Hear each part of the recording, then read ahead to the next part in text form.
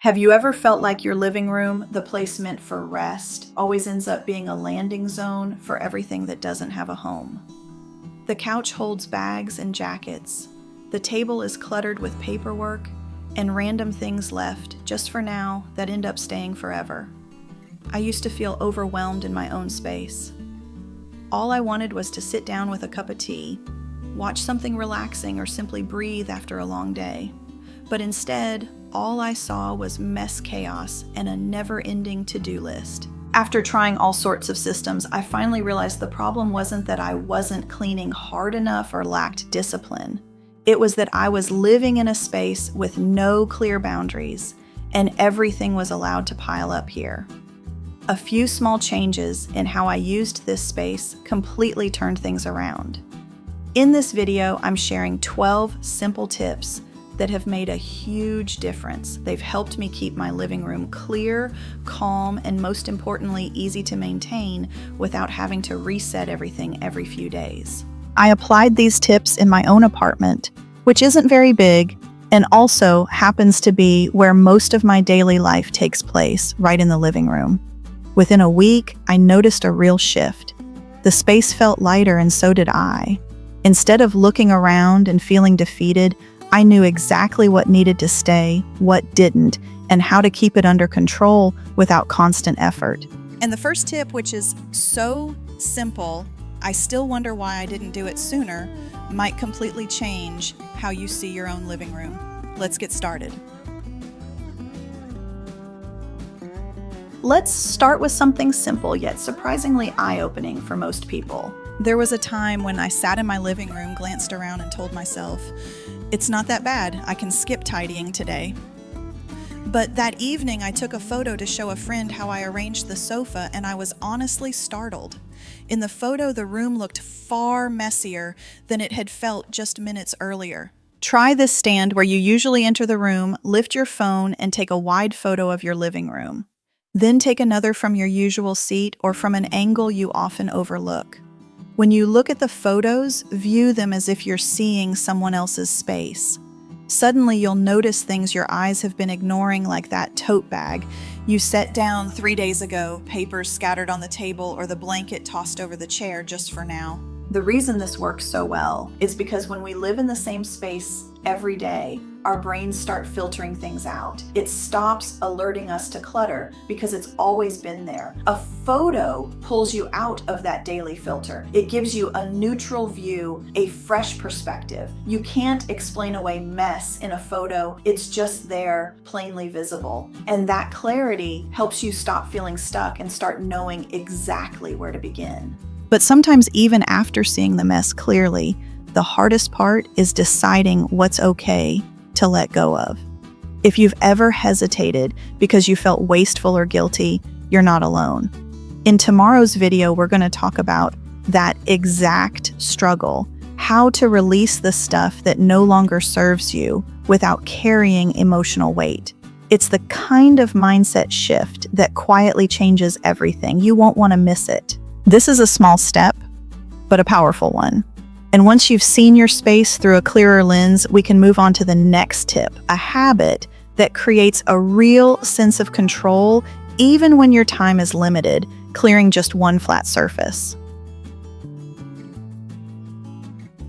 Next, let's move on to something incredibly practical, especially for days when you feel like you don't have the time or energy to clean the whole room. I've had those days where I'd walk into the living room, look around, and sigh, there's no way I'm cleaning all this today. But then I tried something small. Instead of thinking about tidying the entire space, I picked just one flat surface like the coffee table, a windowsill, or even the couch. This might sound too simple, but it makes a big difference. When you choose one area and clear it completely, then keep it that way for a few days, it becomes a calm spot in the room. You walk by and see at least this part is tidy. It's like having a pocket of peace inside a chaotic space. And what's interesting is you may find yourself naturally wanting to keep other areas tidy too, without forcing it. The coffee table is where I started. I removed everything from it, wiped it clean, and left only one item I genuinely liked, such as a small tray with a candle. Then I made a rule: nothing goes on that table except what's in the tray. Once I stuck to that for 3 days, the whole room started to feel different. I no longer dropped mail receipts or bags there out of habit because now that surface had a clear purpose. When you start with one flat surface, you send yourself a message that says, I can take charge of this space. And that feeling is powerful. Now that you've found your first calm corner, let's look at the next tip 1 that will help you avoid a common reason your living room stays cluttered with items that don't have a proper place to belong. The next issue we're going to tackle is one that makes your living room look like it's always in the middle of being sorted out. It's the random items you don't quite know where to put, so you leave them in the living room for convenience. I used to do this all the time. I'll deal with it tomorrow. I'd tell myself about a package I just opened, a bag of returns, or a book someone lent me. But the truth is, temporary often turns into permanent. Your living room is not a waiting room for undecided items. One small shift that helped me take back control was setting up a dedicated basket, or even a fabric bin with a lid tucked away in a cabinet or a less visible corner. Anytime I had something I didn't know where to store or wasn't ready to deal with yet, I'd place it in that basket. The key is it stays out of sight, it's not in the middle of the room, and it doesn't overflow into other areas. This might seem like a small change, but it creates a clear boundary. If something doesn't have a home, at least it doesn't get to take over your main space. It's this kind of boundary that helps your living room stay consistently tidy instead of always looking halfway finished. Once you have a system for holding those in-between items, you'll avoid the trap of just putting it here for now, which is often the root of long-term clutter. Now let's move on to a tip that might sound a little unusual, but it works surprisingly well. Try reducing the number of chairs in your living room. Let's talk about a tip that might not sound like decluttering at first, but actually makes a huge difference in how tidy your living room feels, removing a few extra chairs. I know it might seem harmless, after all, extra seating sounds like a good thing, right? But in reality, unused chairs often become drop zones. The more chairs you have, the more surfaces you have to pile things on without really dealing with them. I used to have 5 chairs around my coffee table, way more than the number of people who regularly used the space. In truth, only 2 of them were used daily. The rest turned into spots for jackets, work bags, or a stack of books I planned to read later. One day I moved 2 chairs into storage just to see if we missed them. And we didn't.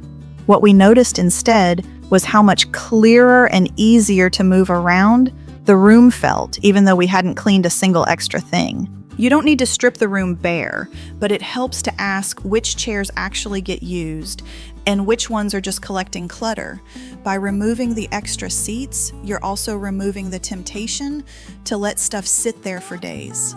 Living spaces don't need more things. They need space that supports how you actually live. Now that your room feels a bit more open and you've cleared one of the sneakiest clutter traps, let's look at a tip that makes it easier to stay tidy without setting aside a whole chunk of your day just for cleaning, tidying up while you're doing something else. Now let's move on to a tip that helps you keep your living room tidy without setting aside extra time just to clean. If you've ever thought, I need at least 30 minutes free to tidy properly, I get it. I used to feel the same way. But the truth is, most of what clutters up a living room are small things that can easily be handled in the middle of doing something else. For example, while waiting for the water to boil, I'd grab the cups scattered around the room and take them to the sink. While listening to a podcast, I'd fold the throw blanket hanging off the couch or toss loose papers into a small trash bag. Even while on a phone call, I often walk around the room putting things back in their place as I talk. These tasks only take a minute or 2, but when done regularly, they keep the room from ever getting too out of hand. What I've learned is this tidying doesn't need to be an event. It can simply be part of your everyday rhythm. You don't have to wait until you're free to tidy. Just fit it in during the moments you already have. You're not doing more, you're just layering it into your day. And when tidying becomes part of how you move through your day instead of something that needs to be scheduled, it gets so much easier to keep your living room under control. Now let's look at something that's often overlooked, but makes a huge difference in how clean and open your space feels: light and empty space. It took me a long time to realize this, but a tidy living room is not just about having fewer things. It's also about giving the space room to breathe. One day, after feeling frustrated from cleaning, yet still finding my space gloomy and heavy, I decided to pull the curtains wide open and clear the area around the window. I didn't declutter the whole room, I just let the light in. The result was immediate. Even though I hadn't done any deep cleaning, the room felt brighter, more open, and strangely peaceful. That's when I understood it's not always about removing clutter. Sometimes it's about creating intentional space. A bright room with open pathways and no heavy objects blocking the view almost always feels cleaner, even if there's still a little mess in the corners. You don't need to change everything. Just pick a small zone, maybe near a window or walkway, and clear anything that blocks light or interrupts the flow. It could be a stack of books, a plant that's outgrown its spot, or a pile of things waiting for later. Try moving it all out for now, then sit down and take in the difference. Chances are you'll feel something shift, like your space is finally exhaling. When you start to see light and space as part of how you organize, instead of thinking of them as what's missing, you'll begin to protect those areas just as much as your favorite pieces. Coming up next, I'll share a tip that helps prevent clutter from slowly creeping back in, setting clear limits for each type of item in your living room. There was a time when I kept wondering why my living room never stayed tidy, even though I spent hours every week trying to organize it. Eventually, I took a closer look and realized the issue wasn't that I wasn't cleaning enough, it was that I simply had too much of everything. 6 throw pillows on the couch, stacks of books on the table, and 4 remote controls when I only ever used one. That's when I started setting small limits for each type of item. 2 pillows I actually liked on the sofa, 1 book I was currently reading, and 1 remote that I really needed. Everything else was either stored elsewhere or given away if I knew I wouldn't use it. It wasn't about being strict, it was just a gentle frame to remind myself what was truly enough.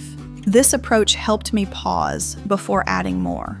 Anytime I wanted to buy a new pillow or bring home something decorative, I'd ask myself, do I have space for this? What would need to go to make room for it? Having those limits made my choices more intentional and helped the room feel more open, easier to clean, and genuinely more comfortable.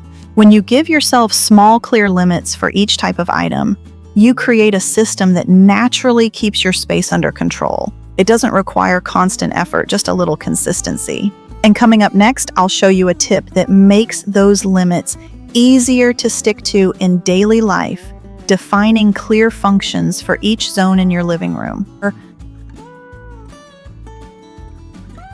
Let's move on to a tip that's especially helpful if your living room serves multiple purposes. Every area should have a clear function. I used to treat the coffee table as a workspace, a snack station, a dumping ground for unread mail, and a storage spot for remotes, notebooks, and even a sewing kit. Every time I cleaned, it felt like I was untangling a mess because nothing really belonged anywhere. Then I started assigning specific functions to each part of the room. The coffee table became a space for drinks and the TV remote only. The corner of the sofa was for reading, so I kept just 1 current book and a small lamp there. Near the entryway, I placed a small tray for keys and everyday paperwork. Once each item had a defined home cleaning, wasn't about resorting everything. It was simply about putting things back where they belonged. That kind of clarity took a lot of mental weight off my shoulders. The room no longer felt messy because of overlapping uses, and even when something was out of place, it was usually confined to a single zone and easy to handle. When you give each area a purpose, you're not only making tidying simpler, you're making it easier for everyone in the home to keep it that way too. And once each part of the room has a role, the limits we talked about earlier become easier to follow naturally. Now, to make sure you don't fall into the trap of looks organized but keeps getting fuller, let's talk about a surprisingly common mistake: buying more storage. One of the mistakes I used to make, and see so many others make too, is thinking that buying more shelves bins or small storage units will solve the clutter problem. Back then, I didn't realize the issue was the number of items I had. I thought I just lacked places to put them. So, every time the room felt messy, I would shop for another little shelf, a new basket, or a temporary fabric bin. The result? My home had more storage, but it didn't feel any tidier. In fact, it gave me more reason to hold on to things I didn't really need, simply because I now had somewhere to put them. Items that should have been donated, discarded, or dealt with just got sorted and stored, only to sit untouched for months. I call that temporarily neat, permanently cluttered. Eventually, I shifted my mindset. Instead of buying storage first, I now follow one simple rule: declutter first, then find space. I keep only what I truly use and need regularly, and only after that do I figure out where it should live. And almost every time I discover I already have enough storage in the home, drawers, shelves, and cabinets that used to feel full start opening up once the unnecessary items are gone. If your living room feels crowded and your first instinct is to go buy more containers or organizers, pause for a moment. Ask yourself, do I really lack space, or am I holding on to too much? Because when you declutter first, you'll often find the solution was already there. Once you stop adding new storage by default, your home will not only feel neater, but also lighter and more breathable. And now let's move into a quick and surprisingly accurate way to find out if your living room has reached a manageable level: the 5-minute test.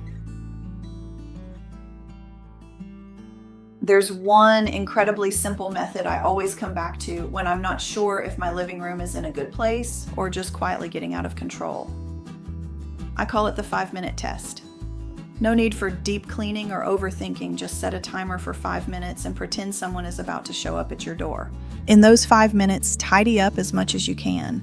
Pick up jackets, take used cups to the sink, fold the blanket, gather scattered papers, and return random items to where they belong. When the timer goes off, take a look around. If the room feels mostly in order, no major eyesores or things out of place, that's a great sign. It means your space is within your ability to maintain. But if you've only made it through one corner, or the clutter still feels overwhelming, it might be time to let more things go. What I love about this test is that it's not about judgment. It doesn't label you as good or bad at cleaning. It just reflects the reality of what your current setup requires. If 5 minutes a day isn't enough to keep your living room comfortable, the issue likely isn't your motivation, it's the volume of stuff you're trying to manage. This is how I recalibrate when things feel like too much. If the 5-minute test doesn't pass, I don't push harder, I simplify further. Because when a space is easy to tidy, it becomes easier to live in. And once you've checked in with where your space stands, it's time for a tiny rule that makes a big impact when it comes to keeping things manageable: the 1-in-1 out rule. The next tip is a simple rule that makes a big difference if you want your space to stay calm and uncluttered for the long haul. It's the 1-in-1 out rule. I started using this after one deep clean where I realized I had 9 scented candles. Every time I saw a new design I liked, I'd buy it without thinking, but most of them were barely used. That's when I made a rule for myself: if I bring something new into the living room, I need to let go of something else. This might sound too basic, but it works. It stops that silent buildup of stuff that creeps in over time. It doesn't mean you can't buy or bring in anything new. It just means each time you do, you ask yourself, what am I willing to let go of to make space for this? That little pause can completely change the way you manage your space. For example, if I buy a new throw pillow, I'll take out an older one I no longer enjoy or use. If I get a new book, I'll go to the shelf and pick one I've already read to donate. It helps keep the space feeling fresh without it slowly filling up again. And it also makes sure that everything in the room still feels relevant and appreciated.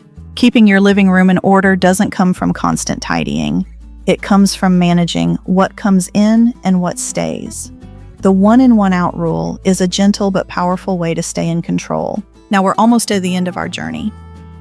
The final tip I want to share is the one that gave me the clearest shift, not just in how my living room looked, but in how I felt about my entire home. And the final tip I want you to try, maybe the most important one of all, is this: don't clean and walk away. Take time to sit in the space you just cleared, even if it's just for 10 minutes.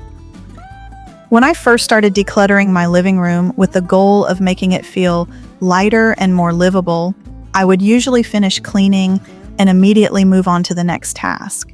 But one day I was too tired to rush off, so I sat on the couch and just looked around.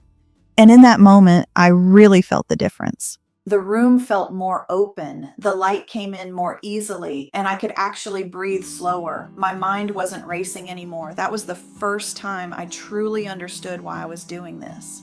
Not to check off a to-do list, not to impress anyone, but to have a space where I could just be where I felt comfortable and at peace. From then on, every time I finished clearing an area, I made it a habit to sit there for a few minutes. No phone, no multitasking, just sitting and enjoying what I had created.